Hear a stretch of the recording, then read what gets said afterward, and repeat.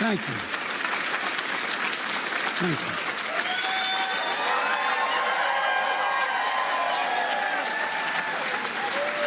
Thank you.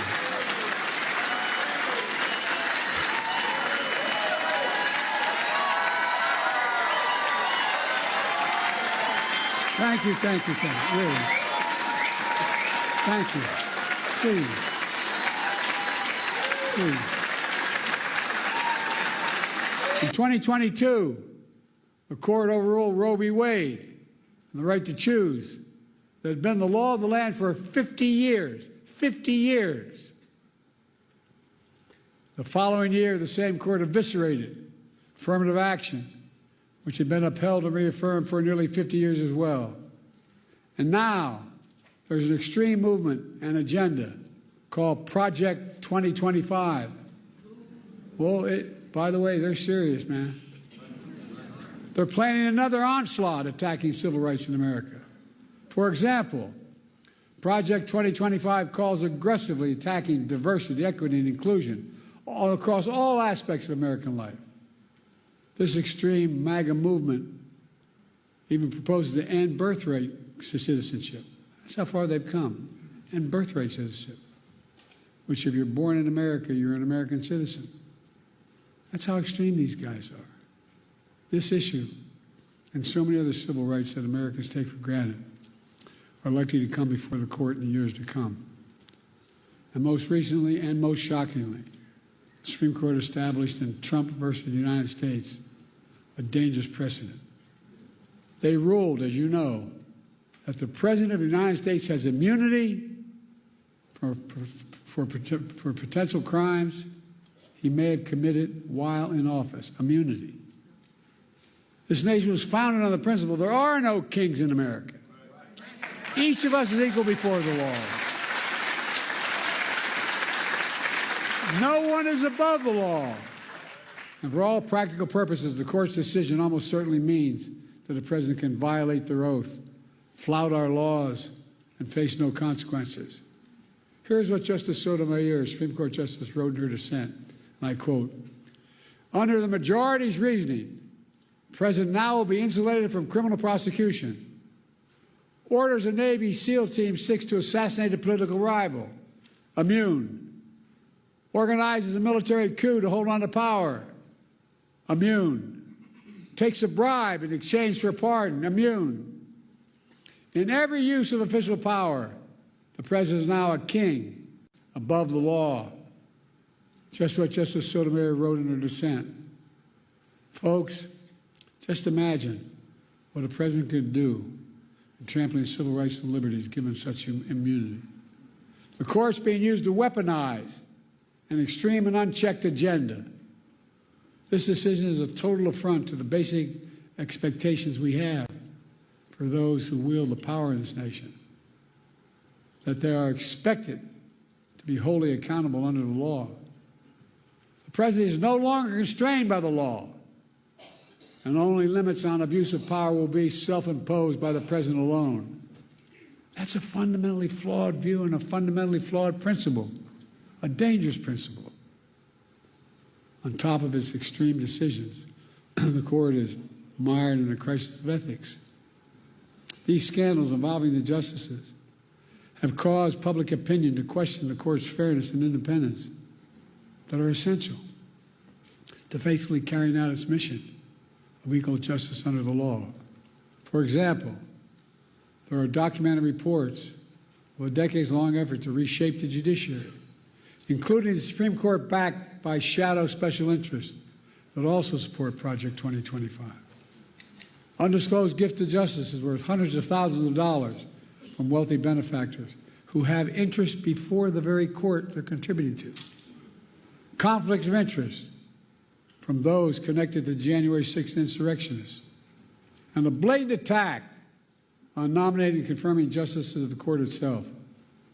Do you all remember when Justice Scalia died in February of 2016, and the Republicans blocked the president's nomination, President Obama's nomination, to fill that vacancy for nearly a year by making up an entirely new standard that there be no confirmations of the court during an election year. But then, when Justice Ginsburg died in 2020, Republicans rushed through the President Trump's nominee. At the very same time, votes are being cast in an election that Trump would lose. It's outrageous.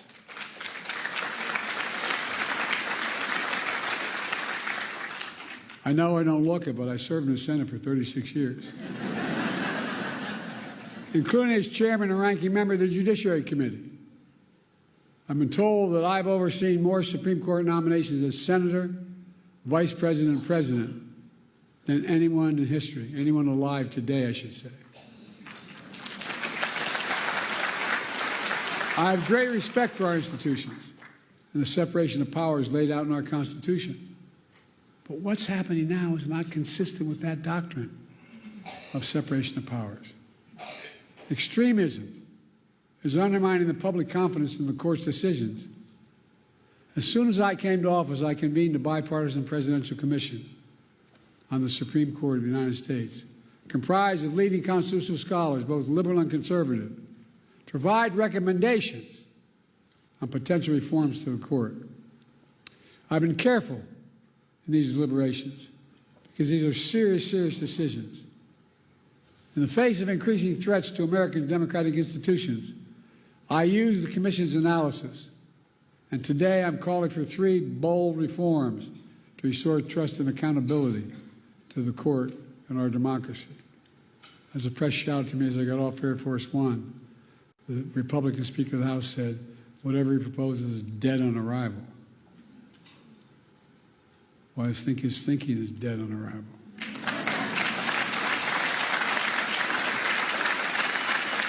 First, I'm calling for a constitutional amendment called No One is Above the Law Amendment. It holds, and I mean this sincerely, it holds that there's no immunity for crimes former president committed while in office. I share our founders' belief that the president must answer to the law. The president is accountable in the exercise of the great power of the presidency. We're a nation of laws, not kings and dictators.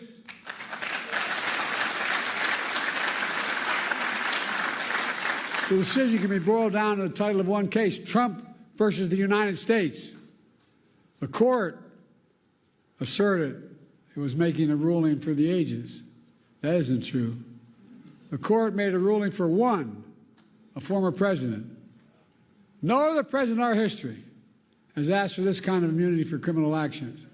And no president, no former president, not me, not one,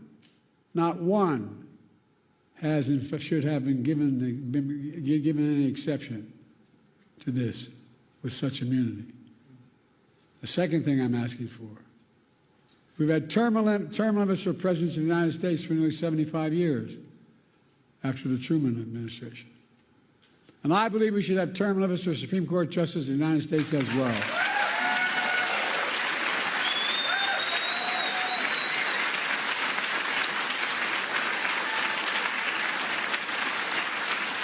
In fact, the United States is the only major constitutional democracy that gives lifetime seats in their high court.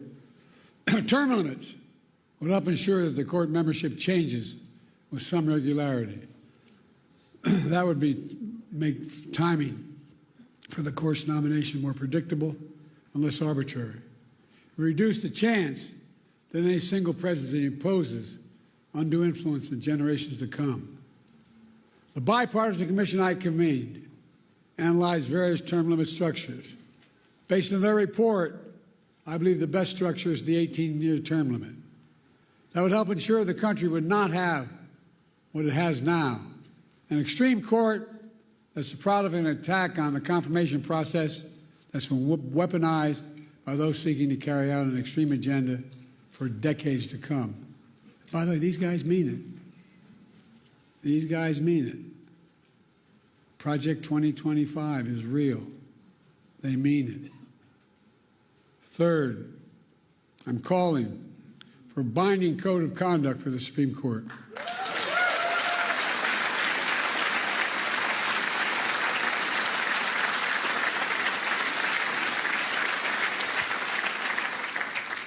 Supreme Court's current ethics code is weak and, even more frightening, voluntary. Any code of Congress must be enforceable. Under the reform I propose, justice would be required to disclose gifts, refrain from public political activity,